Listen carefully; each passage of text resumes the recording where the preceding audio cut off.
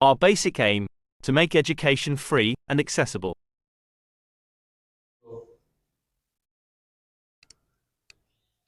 बिस्मिल्लाहिर्रहमानिर्रहीम। आज हम पढ़ेंगे सेकेंड ईयर केमिस्ट्री में chapter number 2 isotopes of hydrogen.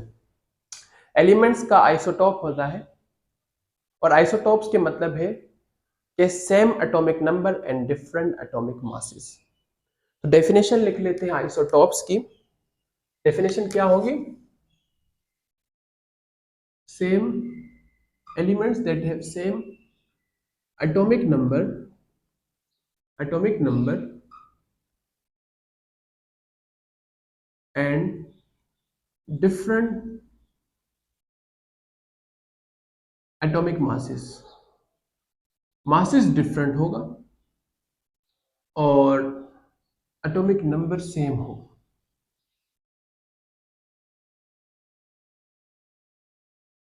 Masses different होगा और एटॉमिक नंबर सेम होगा। आइसोटॉप्स ऑफ हाइड्रोजन सबसे पहले जे थॉमसन ने डिस्कवर किया था। सबसे पहले आइसोटॉप्स को जे थॉमसन ने डिस्कवर किया था। आप ये याद रख लें, ये लिख लें अपने पास। सबसे पहले जे थॉमसन ने डिस्कवर किया था।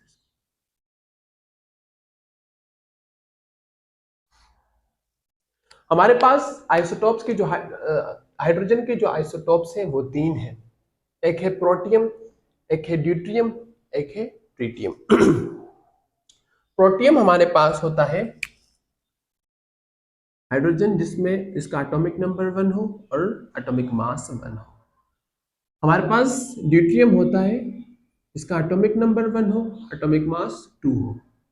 ट्रिटियम हमारे पास होता है इसका एटॉमिक नंबर 1 हो और एटॉमिक मास 3 हो। अब जब एटॉमिक नंबर 1 है इसका मतलब ये है कि इसके पास प्रोटियम देख लेते हैं, प्रोटियम की प्रॉपर्टीज क्या क्या है।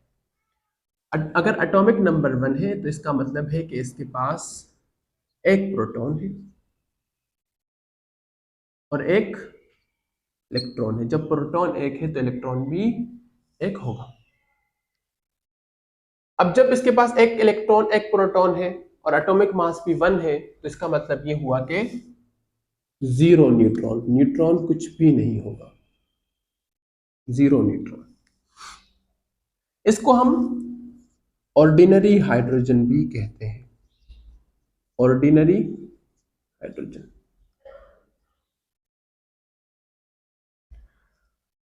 नेचुरली प्रोटियम जो है वो 99.98% होता है नेचुरली, सबसे ज्यादा हमारे पास।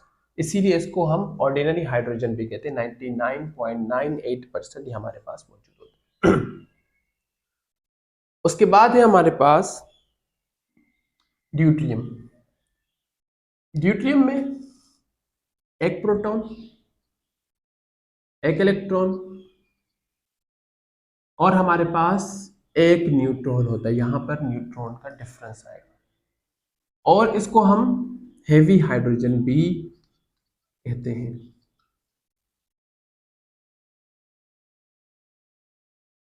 ऑल तो हमारी बुक ने खुद कहा है कि ये बात गलत है, ये हेवी हाइड्रोजन नहीं है, हेवी हाइड्रोजन तो ट्रिटियम है, लेकिन फिर भी इसको कहा गया है, इसको मिसनोमर भी कहेंगे।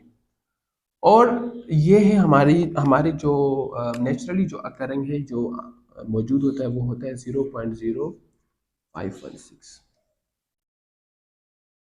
ठीक है, ये इतने परसेंट नेचुरली मौजूद होता है। उसके बाद है हमारे पास ट्रिटियम। ट्रिटियम में हमारे पास एक प्रोटॉन,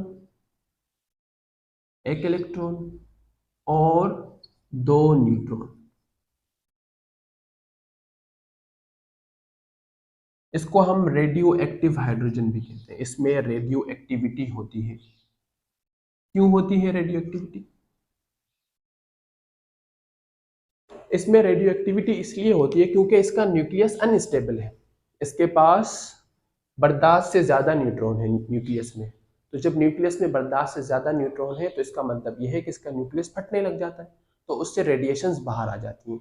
ठीक है, अनस्टेबिलिटी क्रिएट हो जाती है। इस वजह से ये रेडियो एक्टिविटी फॉर्म करने लग जाता है।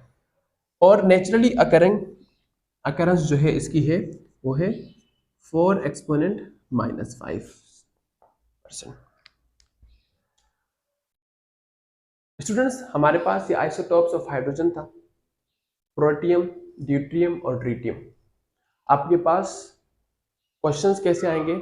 या तो आपसे शॉर्ट क्वेश्चन आंसर में पूछा जाएगा कि write down the isotopes of hydrogen with their examples, ठीक है। या तो आपसे एमसीक्यूज की सूरत में पूछा जाएगा। आपसे ये एमसीक्यूज पूछा जा सकता है कि isotopes of hydrogen was discovered by, तो आप वहां लिखेंगे जे थॉमसन। या तो आपसे ये पूछा जाएगा कि ट्रीटियम में कितने नंबर ऑफ न्यूट्रॉन्स है, तो आप कहेंगे 2। ये आपसे पूछा जाता है, ठीक है। आपसे ये भी पूछा जाएगा कि ऑर्डिनरी हाइड्रोजन किसको कहते हैं, हैवी हाइड्रोजन किसको कहते हैं, रेडियो एक्टिव हाइड्रोजन किसको कहते हैं।